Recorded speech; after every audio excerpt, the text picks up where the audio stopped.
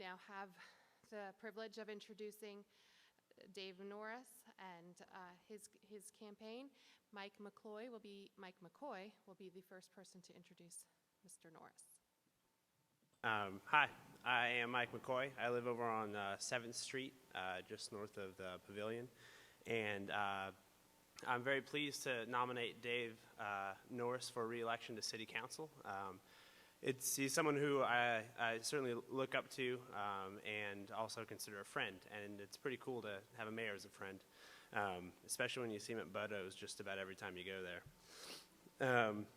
But the issues that got me interested in politics and voting in general in the first place had to do with the social injustices caused by people mistreating their environment at the expense of community. Dave Norris has personally authored the Clean Energy Resolution that the council unanimously passed in December of 2007. And this resolution called for the city to be more aggressive with energy conservation, efficiency, and renewable energy generation, and called for a moratorium on new coal and new nuclear plants in Virginia. A month ago, Dave was invited to speak at the 2009 Power Shift Conference in Washington, D.C., alongside the mayors of Denver and Salt Lake City. Which just goes to show you how well Charlottesville is becoming known for being innovative in these areas. Also, during Dave Norris's time on council, the city has been buying more fuel-efficient hybrid vehicles for the city fleet and has instituted system-wide recycling in all our city schools, and we've now got recycling bins up and down the downtown mall. And Dave Norris certainly has the larger picture in mind and is making sure Charlottesville is doing its part. But this is not only because it's the morally right thing to do for the world, but also because it makes good economic sense for the community. During the mayor's time in council, Charlottesville has significantly expanded its efforts to retrofit both municipal and school buildings, along with private homes and businesses, to make them more energy efficient. So like I said, I'm very pleased to nominate him for re-election. And to follow me is Harold Foley.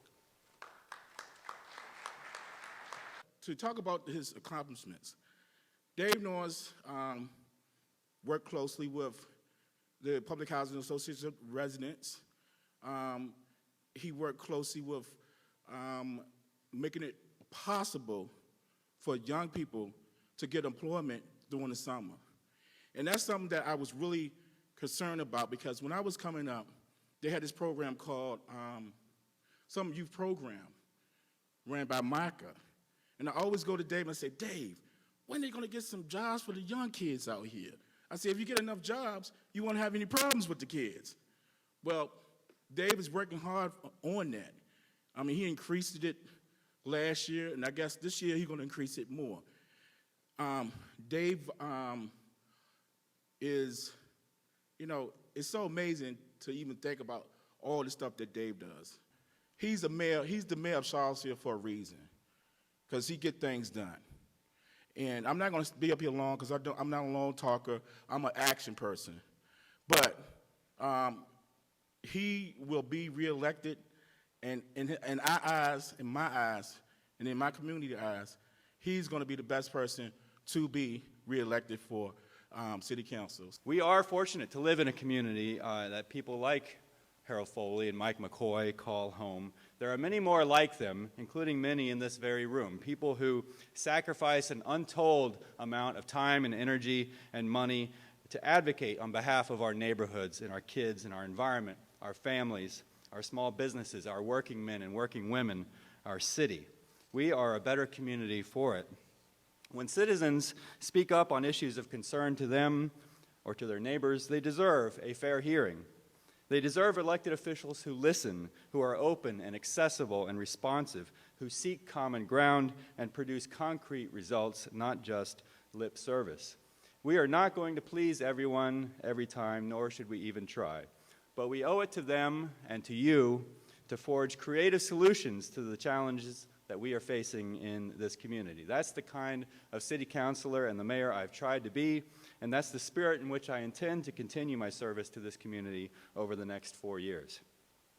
As I come to the conclusion of my first term on City Council, I think about the many people who have told me their stories and shared with me their ideas, their criticisms, their struggles and frustrations, their hopes and their dreams. I recall visiting with a group of low-income moms who were participating in the city's Welfare to Work program, describing the many barriers that they face as they are trying to do the right thing and get a better job and build a better life for themselves and for their children.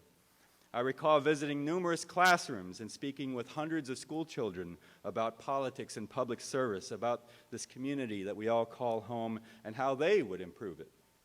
I love asking them what they would do if they were the mayor of Charlottesville or city councilor, what kind of laws or policies they would enact. I have 2 words for you: more recess. It's pretty universal. I recall extending official greetings to visitors and refugees from many nations, whether they're here to visit our university or our tourist attractions, or they're here to make Charlottesville their new home after fleeing violence and ethnic strife in their homelands. I can assure you that they appreciate the peace and the freedom of life in this country more than we do. We too often take such things for granted. I recall receiving outraged phone calls and emails from citizens who felt left out and blindsided by decisions that affected their lives, decisions in which they had little or no input. I recall hearing over and over and over again how hardworking families could not find decent and safe housing that they can afford here in our city. I recall speaking at forums and panel discussions all over the state and beyond to talk about the successes that Charlottesville has enjoyed when it comes to promoting environmental sustainability and clean energy, and realizing that being a pioneer in this arena comes with the burden of not resting on our laurels and needing to continue to innovate and push the envelope. I recall speaking with longtime members of our African American community who say we are losing our black middle class in Charlottesville, and they're asking what I can do and what we can do to grow, recruit, and retain a more diverse workforce and make this the kind of a community where professionals of color will be willing to put down roots and call home. I recall participating in the Citizens Police Academy and getting a first-hand schooling and a first-hand appreciation of the work that our men and women in uniform do each and every day to keep this a safe place. I could go on and on, but our time is short and Election Day is fast approaching.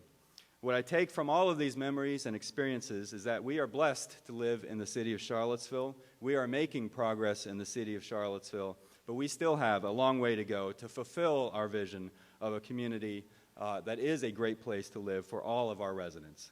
If you trust me with another 4 years in office, I will continue to do my very best to push us forward in realizing that vision.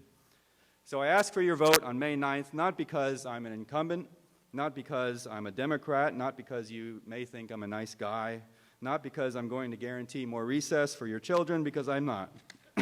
I ask for your vote on May 9th because you believe I will bring the right energy, the right ideas, the right values, and the right perspectives to the position. Thank you for all of the support that you've given me these past few years, and thank you for doing your part to make Charlottesville the kind of city that is a good place, but continually asks, how can we be better? Thank you. Dave, Julian, everybody stand up, give them a great round of applause.